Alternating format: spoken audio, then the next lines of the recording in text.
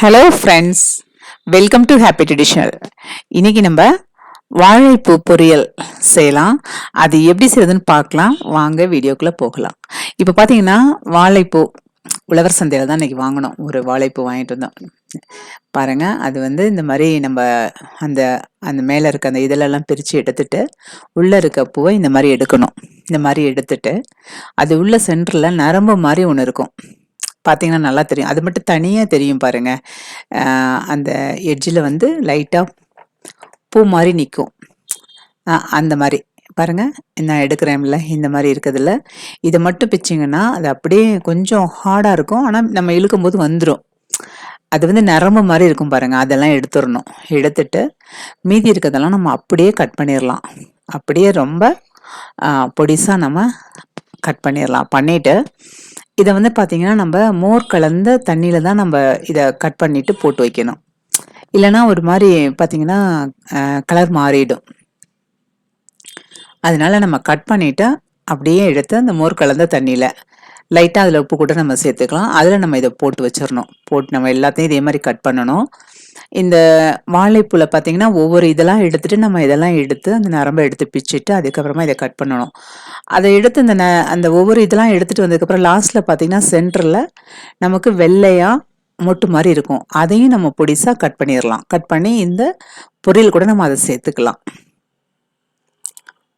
So இதே மாதிரி நம்ம எல்லாத்தையும் கட் பண்ணி மோர் கலந்த தண்ணியில் நம்ம சேர்த்து நம்ம இந்த பூவெல்லாம் எடுத்து வச்சிடலாம்.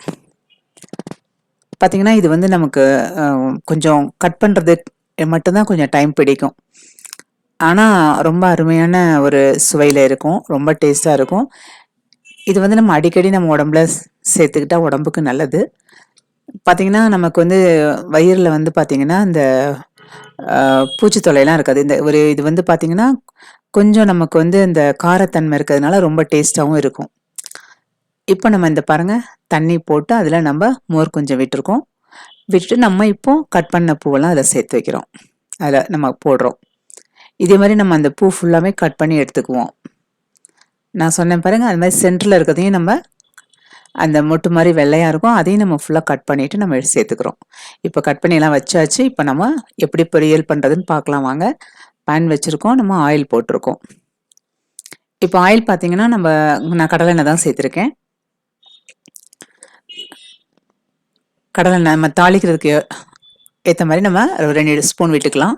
இப்போது கடுகு உளுந்து அது 1 டீஸ்பூன் சேர்த்துக்கலாம். இது பொரிஞ்சு வரட்டும். வந்ததுக்கப்புறமா இப்போ வெங்காயம், சின்ன வெங்காயம் பார்த்தீங்கன்னா ஒரு 10 வெங்காயம் கட் பண்ணிவிட்டு அது கூட சேர்த்துருக்கோம்.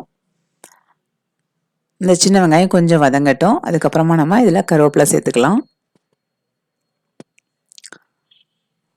இது நமக்கு அந்த கட் பண்ணுறதுக்கு மட்டும்தான் கொஞ்சம் டைம் பிடிக்கும். அப்புறம் பார்த்தீங்கன்னா சீக்கிரமாக நம்ம இந்த பொரியல் பண்ணிடலாம்.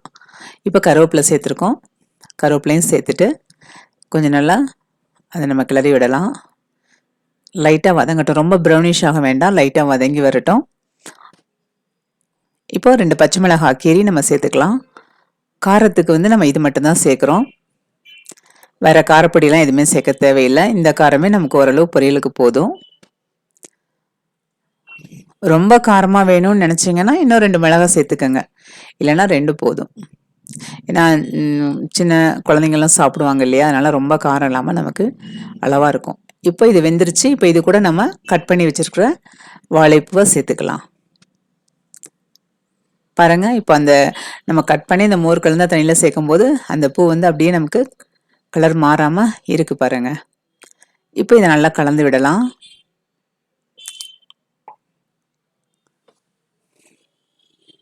இப்போ தேவையான உப்பு சேர்த்துக்கலாம். உப்பு சேர்த்துட்டு 1 கிளாஸ் தண்ணி சேர்த்துக்கலாம். இதுக்கு ரொம்ப தண்ணி நம்ம சேர்க்க தேவையில்லை. இது சீக்கிரமாக வெந்து வந்துடும். சேர்த்துட்டு இப்போ நம்ம இதை கொஞ்சம் நல்லா கிளறி விட்டுக்கலாம்.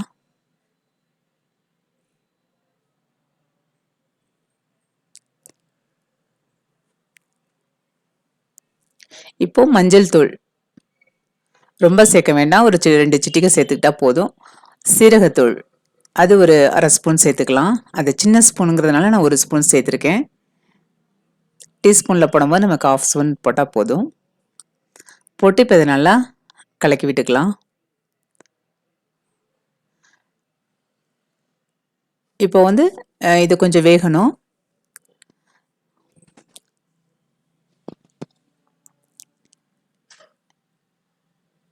இப்போ இதை கொஞ்சம் நல்லா கலக்கி விட்டுட்டு நம்ம மூடி போட்டுக்கலாம்.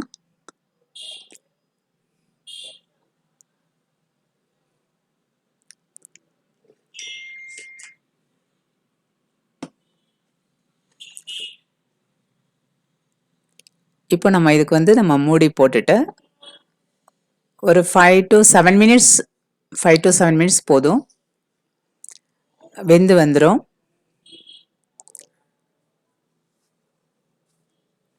இப்போ இது வந்து நம்ம இந்த மாதிரி பொரியல் செஞ்சு சாப்பிடும்போது நம்ம வந்து பார்த்திங்கன்னா சாதத்துக்கு ரொம்ப குயிக்காகிடும். நம்ம இதில் க்ளீன் பண்ணி ரெடி பண்ணி நம்ம பொரியல் ஒரு பக்கம் வச்சுட்டு ரைஸ் சாம்பார் வைக்கணும், சீக்கிரமாக வேலையாகிடும் நம்மளுக்கு. அவ்வளோதான், வெந்து வந்துருச்சு பாருங்கள். இந்த தண்ணி மட்டும் இன்னும் கொஞ்சம் வற்றணும் நம்மளுக்கு. இப்போ நம்ம இது கூட வேக வச்ச பாசிப்பருப்பு அந்த கப்பில் ஒரு கப்பு சேர்த்துருக்கோம்.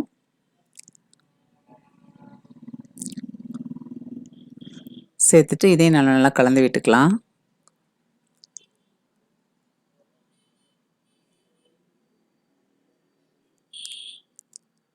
இந்த பருப்பு கூட தேங்காய் இதெல்லாம் சேர்க்கும்போது ரொம்ப நமக்கு வந்து டேஸ்டாக இருக்கும். நம்ம சாதத்துக்கும் சாப்பிட்லாம், சும்மா அப்படியே நம்ம கப்பில் போட்டு ஈவினிங்கில் கூட நம்ம சாப்பிட்டுக்கலாம். அது நல்லா டேஸ்ட்டாக இருக்கும்.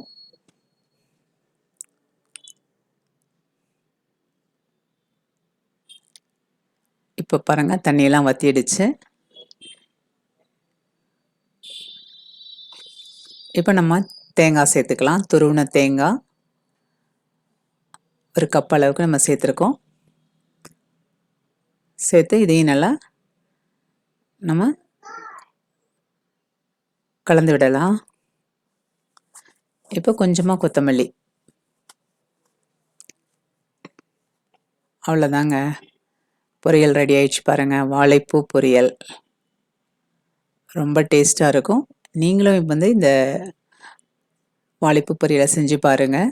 செஞ்சு பார்த்துட்டு எப்படி இருக்குன்னு சொல்லி நம்ம ஹாப்பி ட்ரெடிஷ்னல் சேனலுக்கு மறக்காமல் லைக் பண்ணுங்கள், ஷேர் பண்ணுங்கள், கமெண்ட் பண்ணுங்கள், சப்ஸ்கிரைப் பண்ணிவிடுங்க.